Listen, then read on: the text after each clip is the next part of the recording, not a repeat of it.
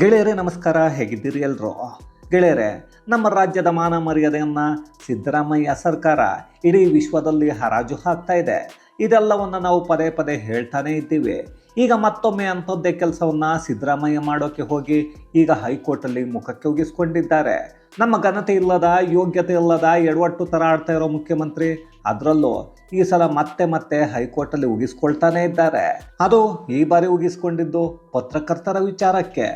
ಮತ್ತೊಂದು ಕಡೆ ಈ ಸಿದ್ದರಾಮಯ್ಯ ಅವರ ಲಾಯರ್ ಇದ್ದಾರಲ್ಲ, ಅದೇ ರೀ ಕೋಟಿ ಲಾಯರ್ ಅಭಿಷೇಕ್ ಮನು ಸಿಂಘ್ವಿ ಅವರ ಗುರುಗಳು ಒಬ್ಬರು ಇದ್ದಾರೆ, ಲೂಟಿ ಲಾಯರ್ ಕಪಿಲ್ ಸಿಬಲ್. ಅವರ ಮೇಲೆ ಈಗ ತನಿಖೆ ಶುರು ಆಗ್ತಾ ಇದೆ. ಅದು ನ್ಯಾಯ ಕೊಡಿಸಿ ಸ್ವಾಮಿ ಅಂದರೆ ಅನ್ಯಾಯವನ್ನು ಮಾಡೋಕ್ಕೆ ಹೋಗಿ ಈಗ ಎಡವಟ್ಟನ್ನು ಮಾಡಿಕೊಂಡ್ರ, ಇಲ್ಲ ಅಂದರೆ ಏನಾದರೂ ನಾನು ದೇಶವನ್ನು ಉದ್ಧಾರ ಮಾಡ್ತೀನಿ, ಇನ್ನೊಂದಷ್ಟು ಜನರನ್ನು ಏನೋ ಮಾಡಿಬಿಡ್ತೀನಿ ಅಂತ ಹೋಗಿ ಈ ಥರ ಒಂದು ಪರಿಸ್ಥಿತಿ ಬಂತ ಗೊತ್ತಿಲ್ಲ. ಅವರ ಮೇಲೆ ತನಿಖೆ ಅಂತೂ ಶುರು ಆಗ್ತಾ ಇದೆ. ಒಂದು ಕಡೆ ಕರ್ನಾಟಕ ಹೈಕೋರ್ಟ್ ಸಿದ್ದು ಮುಖಕ್ಕೆ ಹೋಗಿತಾ ಇದ್ರೆ, ಇನ್ನೊಂದು ಕಡೆ ದೆಹಲಿಯಲ್ಲಿ ಕಪಿಲ್ ಸಿಬಲ್ ವಿರುದ್ಧ ತನಿಖೆ ಶುರುವಾಗಿದೆ. ಹಾಗಾದರೆ ಸಿದ್ದರಾಮಯ್ಯ ಉಗಿಸಿಕೊಂಡಿದ್ದಾದರೂ ಯಾಕೆ? ಕಪಿಲ್ ಸಿಬಲ್ ಮಾಡಿಕೊಂಡ ಎಡವಟ್ಟುಗಳೇನು? ಎಲ್ಲವನ್ನ ಈ ವಿಡಿಯೋದಲ್ಲಿ ನೋಡ್ಕೊಂಡು ಬರೋಣ ಬನ್ನಿ. ಗೆಳೆಯರೆ, ಕಳೆದ ತಿಂಗಳಷ್ಟೇ ನಮ್ಮ ರಾಜ್ಯದ ಲಜ್ಜೆಗೆಟ್ಟ ಮುಖ್ಯಮಂತ್ರಿ ಮಿಸ್ಟರ್ ಸಿದ್ದರಾಮಯ್ಯ ರಾಹುಲ್ ಗಾಂಧಿಯ ವಿರುದ್ಧ ಪ್ರಶ್ನೆಗಳನ್ನು ಮಾಡಿದ್ದ ರಿಪಬ್ಲಿಕ್ ನ್ಯೂಸ್ನ ಅರ್ನಾಬ್ ಗೋಸ್ವಾಮಿ ಅವರನ್ನು ಅರೆಸ್ಟ್ ಮಾಡೋಕ್ಕೆ ಬೆಂಗಳೂರಲ್ಲಿ FIR ಅನ್ನು ಹಾಕ್ಕೊಂಡು ಇಲ್ಲಿಂದ ಮಹಾರಾಷ್ಟ್ರಕ್ಕೆ 100 ಪೊಲೀಸರನ್ನು ಕಳಿಸಿದ್ರು. ಆಗ ಬಾಂಬೆ ಹೈಕೋರ್ಟ್ ಅರ್ನಾಬ್ ಗೋಸ್ವಾಮಿ ಅವರನ್ನು ಅರೆಸ್ಟ್ ಮಾಡದಂತೆ ತಡೆಯನ್ನು ಕೊಟ್ಟಿತ್ತು. ಅಲ್ಲಿಂದ ಕರ್ನಾಟಕ ಪೊಲೀಸರು ಖಾಲಿ ಕೈಯಲ್ಲಿ ವಾಪಸ್ಸಾಗಿದ್ರು. ಆಗ ಅರ್ನಾಬ್ ಗೋಸ್ವಾಮಿ ಮತ್ತದೇ ರಿಪಬ್ಲಿಕ್ ನ್ಯೂಸ್ ಚಾನಲ್ನಲ್ಲಿ ಸಿದ್ದರಾಮಯ್ಯ ವಿರುದ್ಧ ದಾಳಿಯನ್ನು ಮಾಡಿದ್ರು. ಜೊತೆಗೆ ಕ್ಯಾಕರಿಸಿ ಸಿದ್ದರಾಮಯ್ಯ ಮುಖಕ್ಕೆ ಒಗೆದಿದ್ರು. ಕಾಂಗ್ರೆಸ್ ಸರ್ಕಾರ ಇರೋ ಕರ್ನಾಟಕದಲ್ಲೇ FIR ಹಾಕಿ ಅಲ್ಲಿಂದ ಪೊಲೀಸರನ್ನು ಕಳಿಸೋಕೆ ಅಧಿಕಾರವನ್ನು ದುರ್ಬಳಕೆ ಮಾಡಿಕೊಳ್ಳೋಕ್ಕೆ ನಿಮಗೆ ಅಧಿಕಾರವನ್ನು ಕೊಟ್ಟವರು ಯಾರು? ನಾನು ಇರೋದು ಮುಂಬೈನಲ್ಲಿ, ಆದರೆ FIR ಯಾಕೆ ಬೆಂಗಳೂರಲ್ಲಿ ಹಾಕಿದ್ದೀರಿ ಮಿಸ್ಟರ್ ಸಿದ್ದರಾಮಯ್ಯ ಅನ್ನೋದನ್ನು ಕೇಳಿದ್ರು. ಆಗ ನಮ್ಮ ರಾಜ್ಯದ ಮುಖ್ಯಮಂತ್ರಿ ಅದೆಷ್ಟು ಗುಲಾಮರಾಗಿದ್ದಾರೆ ಅನ್ನೋದನ್ನು ಇಡೀ ದೇಶ ನೋಡಿತ್ತು. ಇಂಥ ಮುಖ್ಯಮಂತ್ರಿನ ಅಂತ ಜನರೆಲ್ಲ ಉಗಿದಿದ್ರು. ಅದಾದ ನಂತರ ಕಾಲ್ತುಳಿತ ಪ್ರಕರಣ ಆಯಿತು. ಅಲ್ಲಿ ಸಿದ್ದರಾಮಯ್ಯ ಅವರ ದೊಂಬರಾಟವನ್ನು ನಾವೆಲ್ಲರೂ ನೋಡಿದ್ವಿ. ನಮ್ಮ ಸರ್ಕಾರದ ತಪ್ಪೇನೂ ಇಲ್ಲ, ಎಲ್ಲ ಇಲ್ಲಿ RCB ಮತ್ತು KSC ಅವರದ್ದೇ ತಪ್ಪು. ಜೊತೆಗೆ ಇಲ್ಲಿ ಅವರೆಲ್ಲ ಯಾಕೆ ನೋಡೋಕೆ ಬರಬೇಕಿತ್ತು ಅನ್ನೋದನ್ನು ಕೇಳಿದರು. ಜೊತೆಗೆ ಪೊಲೀಸರೇ ಸರಿ ಇಲ್ಲ ಅಂತ IPS ಅಧಿಕಾರಿಗಳನ್ನು ಅಮಾನತು ಮಾಡಿದರು. ಈ ವಿಚಾರ ಇಡೀ ಪ್ರಪಂಚದ ತುಂಬ ಹರಡಿ ವಿದೇಶಗಳಿಂದಲೂ ಅಯೋಗ್ಯ ಮುಖ್ಯಮಂತ್ರಿ ಅನ್ನೋ ಕಮೆಂಟ್ಸ್ ನಮಗೂ ಬಂದಿವೆ. ಆದ್ದರಿಂದ ಇಡೀ ಜಗತ್ತಲ್ಲಿ ಸಿದ್ದರಾಮಯ್ಯ ಅಯೋಗ್ಯ ಮುಖ್ಯಮಂತ್ರಿ, ಲಜ್ಜೆಗೆಟ್ಟ ಮುಖ್ಯಮಂತ್ರಿ ಅನ್ನೋದನ್ನು ಜನರೆಲ್ಲ ಮಾತಾಡೋಕ್ಕೆ ಶುರು ಮಾಡಿದರು. ಅದಾದ ನಂತರ ದಕ್ಷಿಣ ಕನ್ನಡ ಜಿಲ್ಲೆಯಲ್ಲಿ ಹಿಂದೂ ಪರ ಕಾರ್ಯಕರ್ತರನ್ನು ಗಡೀಪಾರು ಮಾಡೋಕ್ಕೆ ಆದೇಶವನ್ನು ಕೊಟ್ಟಿದ್ರು. ಆದರೂ ಅದನ್ನೇನು ಆದೇಶವನ್ನು ಮೌಖಿಕವಾಗಿ ಕೊಡ್ತಾರೆ, ಬರೆದು ಲೆಟ್ರಲ್ಲೆಲ್ಲ ಇವ್ರು ಕೊಡಲ್ಲ ಬಿಡಿ, ಆ ತಾಕತ್ತು ಇವ್ರಿಗಿಲ್ಲ. ಅದರಲ್ಲಿ ಕೆಲವರನ್ನ ರಾತ್ರಿ ವೇಳೆ ಗಡೀಪಾರು ಮಾಡೋಕ್ಕೆ ಅಲ್ಲಿನ ಪೊಲೀಸರು ಹೋಗಿ ಅಲ್ಲೊಂದು ಎಡವಟ್ಟನ್ನು ಮಾಡಿಕೊಂಡ್ರು. ಅದರಲ್ಲೂ ಸೌಜನ್ಯ ಪರ ಹೋರಾಟಗಾರರನ್ನು ಕೂಡ ಈ ಸರ್ಕಾರ ಗಡೀಪಾರು ಮಾಡೋಕ್ಕೆ ಆದೇಶವನ್ನು ಮಾಡಿದೆ. ಇನ್ನು ಇವರೆಲ್ಲರ ಜೊತೆ ಚಕ್ರವರ್ತಿ ಸೂಲಿಬೆಲೆ ಅವರನ್ನು ಗಡೀಪಾರು ಮಾಡೋಕ್ಕೆ ಆದೇಶವನ್ನು ಕೊಟ್ಟಿತ್ತು. ಅದು ಕೋಮದ್ವೇಷವನ್ನು ಹರಡ್ತಾರೆ ಅನ್ನೋ ನೆಪವನ್ನು ಕೊಟ್ಟು.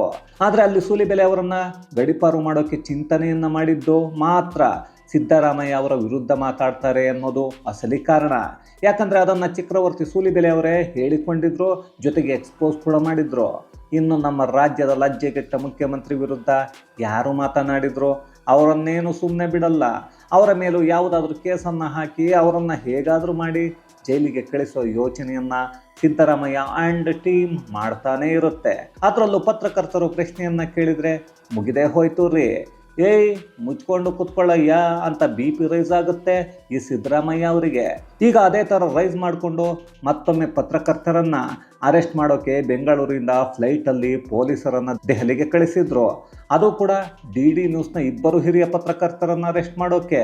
ಈ 2 ಪತ್ರಕರ್ತರ ಮೇಲೆ FIR ಕೂಡ ಹಾಕೊಂಡಿದ್ದಾರೆ. ಕರ್ನಾಟಕ ಪೊಲೀಸರು ಇವರನ್ನು ಅರೆಸ್ಟ್ ಮಾಡೋದಕ್ಕೆ ವಿಮಾನವನ್ನು ಹತ್ಕೊಂಡು ದೆಹಲಿಗೆ ಹೋಗಿದ್ದಾರೆ. ಅಲ್ಲ ರೀ, ಇದೇ ಕಾಂಗ್ರೆಸ್ ಅನ್ನೋ ಪಕ್ಷ ಸಂವಿಧಾನದ ಪುಸ್ತಕವನ್ನು ಹಿಡ್ಕೊಂಡು ಪ್ರಜಾಪ್ರಭುತ್ವದ ಬಗ್ಗೆ ದೊಡ್ಡ ಭಾಷಣಗಳನ್ನು ಮಾಡುತ್ತೆ. ಆದರೆ ಮಾಧ್ಯಮದವರ ಮೇಲೆ ಇಲ್ಲದ ಆರೋಪವನ್ನು ಮಾಡುತ್ತೆ. ಇನ್ನು ಮೋದಿ ಅವರಿಗಾಗಿ ಮಾಧ್ಯಮಗಳು ಕೆಲಸವನ್ನು ಮಾಡುತ್ತೆ ಅನ್ನೋದನ್ನು ಮಾತಾಡ್ತಾರೆ. ಅದೇ ಕಾಂಗ್ರೆಸ್ ಬಗ್ಗೆ ಯಾರಾದರೂ ಮಾತಾಡಿದರೆ, ಅವರ ಬಗ್ಗೆ ಸತ್ಯವನ್ನು ಹೇಳಿದರೆ ಅದನ್ನು ಸಹಿಸಿಕೊಳ್ಳೋಕ್ಕೂ ಆಗಲ್ಲ. ಅದೇ ಯಾವುದೇ ರಾಜ್ಯದಲ್ಲಾದರೂ ಇವರದ್ದೇ ಸರ್ಕಾರ ಇದ್ದರೆ ಮುಗಿದೇ ಹೋಯ್ತು. ಪತ್ರಕರ್ತರ ಮೇಲೂ ಕೇಸ್ ಬೀಳುತ್ತೆ. ದೇಶ ಪ್ರೇಮಿಗಳ ಮನೆಗೂ ಪೊಲೀಸರು ನುಗ್ತಾರೆ. ರಾತ್ರೋರಾತ್ರಿ ಅರೆಸ್ಟ್ ಮಾಡೋಕ್ಕೆ ಸಿದ್ಧತೆಗಳು ನಡೆಯುತ್ತವೆ. ಅದೆಷ್ಟರ ಮಟ್ಟಿಗೆ ಅಂದರೆ ಅವರ ವಿರುದ್ಧ ಮಾತನಾಡಿದರೆ ವಿಮಾನದಲ್ಲಿ ಪೊಲೀಸರು ದೆಹಲಿಗೂ ಹೋಗ್ತಾರೆ. ಗೆಳೆಯರೆ, ಅಶೋಕ್ ಶ್ರೀವಾತ್ಸವ್ ಮತ್ತು ಪ್ರಖರ್ ಶ್ರೀವಾತ್ಸವ್ ಇವರಿಬ್ಬರು DD ನ್ಯೂಸ್ನ ಹಿರಿಯ ಪತ್ರಕರ್ತರು. ಇವರ ಕಾರ್ಯಕ್ರಮವನ್ನು ನೋಡೋಕೆ ಬಹಳಷ್ಟು ಜನರು ಕಾಯ್ತಾ ಕೂತ್ಕೊಂಡಿರ್ತಾರೆ. ರಾಜಕಾರಣಿಗಳಿಗೆ ಕಟುವಾದ ಪ್ರಶ್ನೆಗಳನ್ನು ಆಡಳಿತ ಪಕ್ಷ ಮತ್ತು ವಿರೋಧ ಪಕ್ಷ ಇಬ್ಬರನ್ನು ಕೇಳ್ತಾನೆ ಇರ್ತಾರೆ. ಆದರೆ ಈ ಕಾಂಗಿಗಳಿದ್ದಾರಲ್ಲ, ಈ ಕಾಂಗಿಗಳಿಗೆ ಮಾತ್ರ ಇವರಿಬ್ಬರು ಕೇಳೋದನ್ನು ಸಹಿಸಿಕೊಳ್ಳೋಕೆ ಆಗ್ತಾ ಇಲ್ಲ.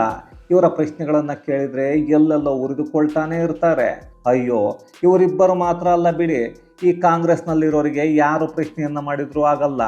ಈಗ ನೋಡಿದರೆ ಈ ಇಬ್ಬರ ಮೇಲೆ FIR ಹಾಕ್ಕೊಂಡಿದ್ದಾರೆ. ಬೆಂಗಳೂರಿನ ಹೈಗ್ರೌಂಡ್ಸ್ ಪೊಲೀಸ್ ಠಾಣೆಯಲ್ಲಿ ಕಂಪ್ಲೇಂಟ್ ಆಗಿದೆ. ಅದಕ್ಕೆ ಕಾರಣ ಅಂದರೆ ಈ ಇಬ್ಬರು ಪತ್ರಕರ್ತರು ಕಾಂಗ್ರೆಸ್ ನಾಯಕರ ವಿರುದ್ಧ ಮಾತನಾಡಿದ್ದಾರೆ ಅಂತ. ಅದರಲ್ಲೂ ಖರ್ಗೆಯನ್ನ ದೇಶದ್ರೋಹಿ ಅಂತ ಕರೆದ್ಬಿಟ್ರಂತೆ, ಹೇಳಿಬಿಟ್ರಂತೆ. ಅಯ್ಯೋ ಕರ್ಮವೇ, ದೇಶದ್ರೋಹಿಯನ್ನ ಇನ್ನೇನು ದೇಶ ಪ್ರೇಮಿ ಅನ್ನೋಕೆ ಆಗತ್ತಾ?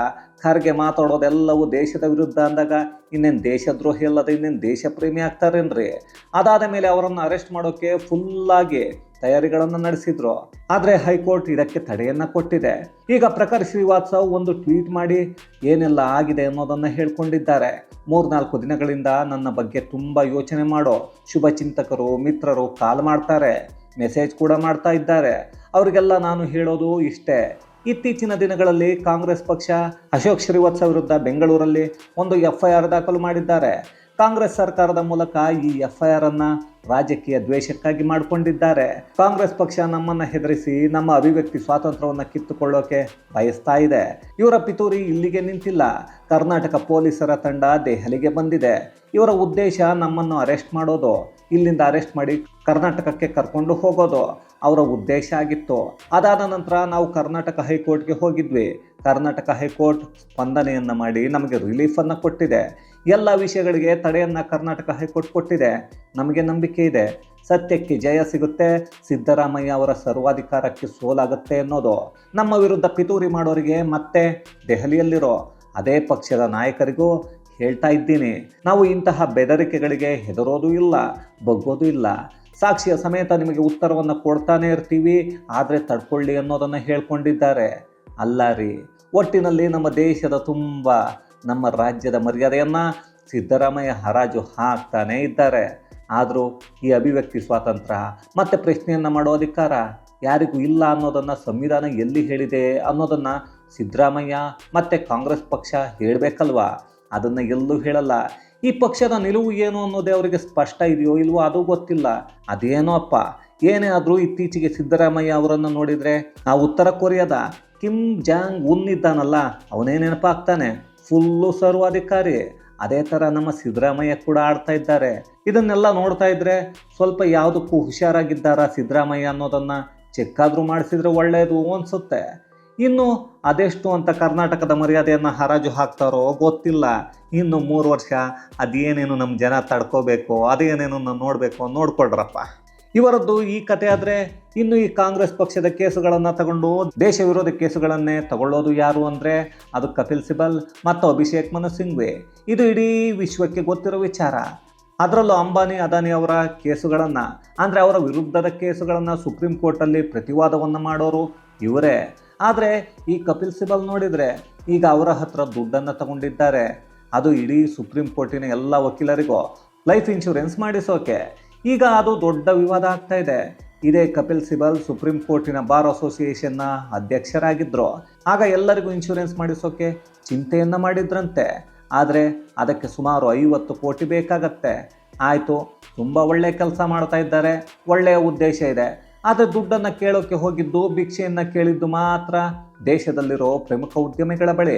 ಅದರಲ್ಲೂ ಯಾವಾಗಲೂ ಇವರು ಯಾರನ್ನ ಇಲ್ಲದ ಹಾಗೆ ಸಂಸತ್ತೊಳಗೆ ಬೈತಾ ಇರ್ತಾರೋ ಅಂತಹ ಅಂಬಾನಿ, ಅದಾನಿ, ಟಾಟಾ, ಬಿರ್ಲಾ ಇವರ ಹತ್ರ ಅಲ್ಲೂ ದುಡ್ಡನ್ನು ತಗೊಂಡು ಬಂದವರು ನನಗೆ ಹಣವನ್ನು ಕೊಟ್ಟವರೆಲ್ಲ ತುಂಬ ಕ್ಲೋಸ್ ಫ್ರೆಂಡ್ಸ್. ಹಾಗಾಗಿ ನಾನು ಕರೆಯನ್ನು ಮಾಡಿದ ತಕ್ಷಣ ಎಲ್ಲರೂ ದುಡ್ಡನ್ನು ಕೊಟ್ಟಿದ್ದಾರೆ, ಇನ್ನು ಬೇಕಾದರೆ ಕೇಳಿ ಅಂತ ಕೂಡ ಹೇಳಿದ್ದಾರೆ ಅಂದರು. ಅಲ್ಲಿಗೆ ಇವರ ಕತೆ ಮುಗಿಯಿತು. ಈಗಿನ ಸುಪ್ರೀಂ ಕೋರ್ಟ್ನ ಬಾರ್ ಅಸೋಸಿಯೇಷನ್ನ ಅಧ್ಯಕ್ಷರಾದ ವಿಕಾಸ್ ಸಿಂಗ್ ಆಕ್ಷೇಪಣೆಯನ್ನು ಸಲ್ಲಿಸಿದ್ದಾರೆ. ಇಲ್ಲಿ ದುಡ್ಡನ್ನು ಕೊಟ್ಟವರು ಕಾರ್ಪೊರೇಟ್ ಸೋಷಿಯಲ್ ರೆಸ್ಪಾನ್ಸಿಬಿಲಿಟಿ ದುಡ್ಡಲ್ಲಿ ಕೊಟ್ಟಿದ್ದಾರಾ ಇಲ್ಲ ಅಂದರೆ ವೈಯಕ್ತಿಕವಾಗಿ ಕೊಟ್ಟಿದ್ದಾರಾ ಅನ್ನೋದನ್ನು ಮೊದಲು ತಿಳಿಸಿ.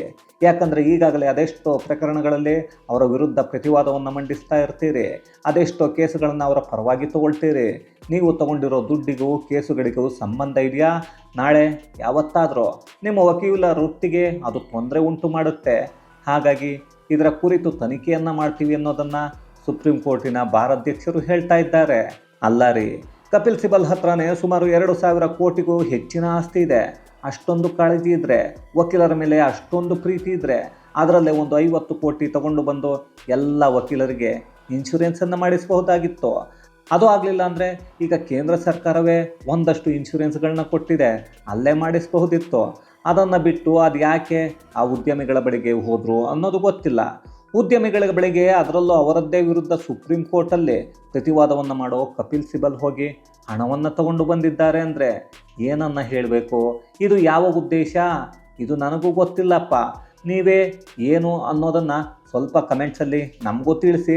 ಇದು ಗೆಳೆಯರೆ, ನಮ್ಮ ರಾಜ್ಯದ ಎಡವಟ್ಟು ಮುಖ್ಯಮಂತ್ರಿ ಸಿದ್ದರಾಮಯ್ಯ ಹೈಕೋರ್ಟಲ್ಲಿ ಮತ್ತೆ ಗುದ್ದಿಸಿಕೊಂಡಿರೋದು, ಇನ್ನೊಂದು ಕಡೆ ಇವರದ್ದೇ ಪಕ್ಷದ ಪರವಾಗಿ ದೇಶ ವಿರೋಧಿ ಕೇಸುಗಳನ್ನು ತಗೊಳ್ತಾ ಇದ್ದ ಕಪಿಲ್ ಸಿಬಲ್ ಕೂಡ ಈಗ ತಗ್ಲಾಕೊಳ್ತಾ ಇರೋದರ ಕುರಿತಾದ ಒಂದಷ್ಟು ಮಾಹಿತಿ ಮತ್ತಷ್ಟು ವಿಶೇಷತೆಗಳೊಂದಿಗೆ ಮುಂದಿನ ವಿಡಿಯೋದಲ್ಲಿ ಭೇಟಿಯಾಗೋಣ. ಅಲ್ಲಿಯವರೆಗೂ ಕನ್ನಡವೇ ಸತ್ಯ, ಕನ್ನಡವೇ ನಿತ್ಯ.